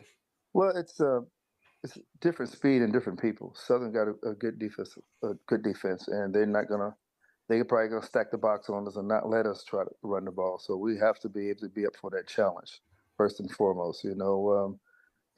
Virginia Lynchburg is Virginia Lynchburg. We won the game. We put that aside. I told the guys they had 6 hours to celebrate the win. After that, we started concentrating on Southern. That night, I started breaking down Southern film, trying to get all the players, get the coaches' background and stuff like that. So we're all in for this game. And give us a quick synopsis of Quintel Quinn, your freshman running back. Well, he's a good player. He's a big player. He's a big body guy who's gonna. He's a big body guy who can make some yardage for us, which is good. Okay, appreciate you all your time, Coach. Mm-hmm. Next question goes to Jim Klein-Peter. Yeah, Coach, I see y'all struggled a little bit with the passing game again. What has been the progression of your quarterback situation, and are you seeing some improvement there? Well, our quarterback situation is what it is. We got to get that room healthy. Jordan Davis has done a good job of maintaining what he can do. So I think we'll be all right. We just have to lean on some people, lean on some of our receivers and tight ends to make the plays when it's time for them to make the plays. Thank you. Coach, as always, we appreciate your time. Look forward to speaking to you again next week. All right, sounds good, guys. Have a great one. Thank you. Bye. Next up, we go over to Jackson State. Coach Taylor and Coach, before we get started, just want to thank you for your patience. I realize we're a tad bit behind schedule, so thank you for your patience with us. No problem. All right, and good morning to you, Coach. Coach, if you could please start us out with an opening statement regarding your team's most recent outing versus Alabama A&M. Another great conference win. We're very happy where we are right now as a program, 2-0 in the Eastern Conference. But great football game. Came out, firing on all cylinders in the first half. Was able to build a big lead going into the half. But Coach Maynard has done a great job over there keeping those guys fighting. That team really fought us the entire game, and they clawed their way back into the game. And we got to find ways to keep that separation we had in that game. At one point, I think we were up 28-3 in that game, but Coach Maynard had those guys fired up. He threw everything in the book at us too. For him to call that punt, fake punt right there, backed up on that -20, I think somewhere up in there was a gutsy call, but it panned out for him. His team played hard, but very pleased with my football team and the things we were able to do, and to be sitting 2-0 in the Eastern Division is right where we want to be right now. Appreciate those opening comments, Coach. First question goes to Doc Holliday. Good afternoon, Coach. How you doing today, man? I'm good, Doc. How are you? I'm doing good.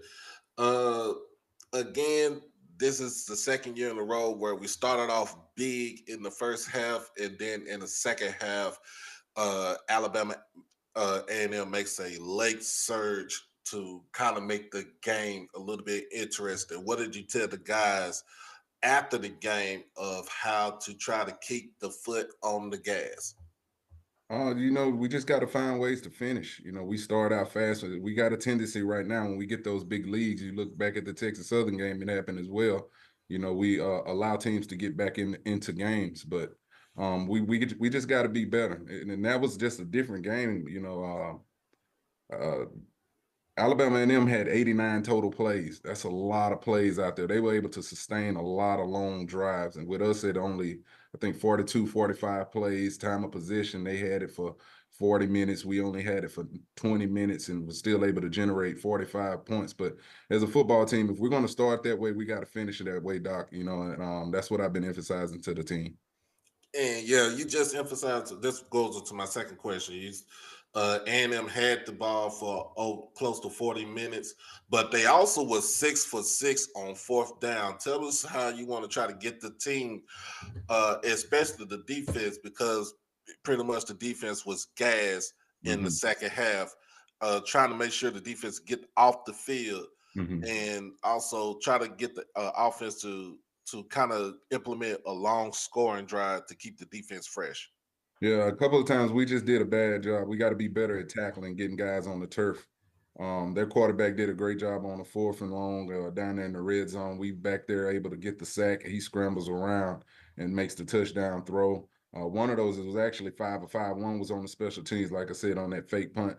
They were able to, generate that first down. But those are situations in the game, that you can lose football games if you're not executing well. So we know we got to do a good job of that. And you're going to have those kind of opportunities.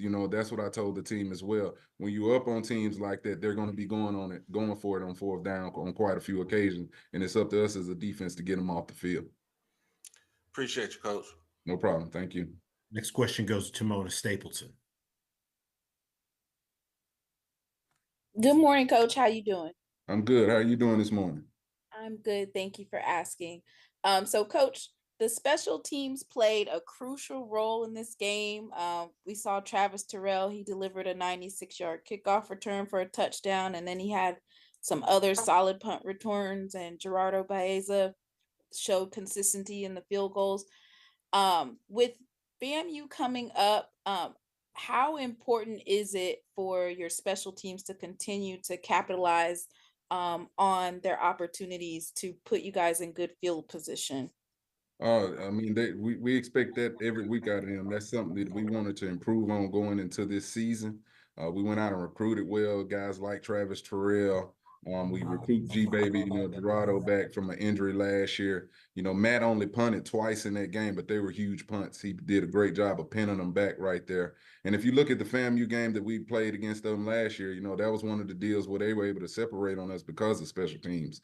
So that's a big emphasis for us overall as a football team this year, and we want to continue, to get better out there. And Travis Terrell, anytime he touches the football, he's just he has big time speed. You don't see a lot of true freshmen with that kind of explosiveness, and he's been doing a great job for us. Thank you, Coach. And just as a follow-up question, I know Doc, he asked a couple of questions about the time of possession and stuff. But as you prepare for FAMU, this is a team that's known for strong offensive drives and late game executions. What defensive adjustments are you going to focus on, or are you going to try to spread your strike fast offense? So these are some of the things that we're looking towards the FAMU game. And given the challenges you faced against Alabama A&M in the late half, what are you going to do to fix that so that to keep FAMU from scoring in the fourth quarter? Yeah, we just, as an offense, I think we got to continue to be able to run the football. We got the ball, be able to find ways to get them off the field. The other day we were scoring, like you said, in 2 and 3 plays, so our defense was out there a lot. but they got to be ready for those kinds of moments. They want to be an elite defense in this conference. They are an elite defense in this conference, and those kind of moments, they just got to find ways to get teams off the field. But we're looking forward to the challenge. I know Coach Cozy has a great football team over there. They're going to come here ready to play. They're well coached. And, we're just going to go out here, execute. We'll start game planning for those guys today and put together a good plan and be competitive on next weekend. Thank you, Coach, and good luck. Thank you. Appreciate it. We'll take a question now from Charles Bishop. Hey, Coach, how you doing? What's up, Chuck? Hey, I wanted to ask this quick question in terms of what will the bye week look like for you guys in terms of just prepping yourself for FAMU? Yeah, the emphasis on the board, the jumbo board today was get better. That's what this week is all about. Big technique week. You want to get the little things right. The things up to this point that we can get better at, each individual player, each coach. So that's what we want to emphasize. I told the players and the coaches, this is not an off week. This is by no means, we're in the thick of of this conference and the SWAC conference games. So we got to continue to work, and we're playing good football right now. And I want to continue to stay on the gas with that and continue to get these guys conditioned for that backstretch of this season. A quick follow-up to that, does it also give you an opportunity to get some guys who've been sort of nicked up during the first course of the season, sort of get them back for the FAMU game? Definitely. We got some guys we're waiting to get back on the field that we could have used in this game. The tight end was out and a couple more players, but we're looking forward to getting those guys back. We're going to take time and let them heal. It's about 2 weeks to get back on their feet for a big game here at the Vet. Sure thing. Appreciate that, Coach. Thank you. Appreciate it, Chuck. Mm-hmm. Question goes to Doc Holliday. I have one more question for you, Coach. Jonas Fortillion, his play this season kind of reminds me of yourself from back in the day. What are some things that you like about this kid right here? Jonas has been a guy that I've been around.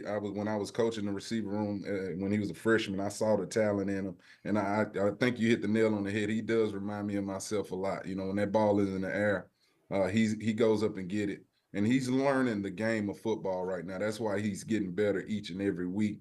We're doing a good job as a staff, trying to critique ways and get ways schematically to get the ball in his hands. He understands the route tree. The thing that people don't really realize how good of a blocker he is in the run game. He really gets after the second level, the corners, the safeties when it's we're running the football. Just a complete player. And he's young. He's got a lot of football ahead of him. But the things he's done up to his point, he's earned it. He's went out there and put in the work week in, week out, and that's why you see that talent on the field each and every weekend. All right, appreciate you, Coach. No problem. Coach, as always, we appreciate your time. Look forward to speaking to you again next week. All right, thank you, guys. Thank you. This concludes our SWAC football head coaches media session for Monday, October 7th. Just a reminder that all SWAC football head coaches media sessions are archived and on demand for viewing at the SWAC Digital Network. Hope you all have a great rest of your day. Thank you for joining us.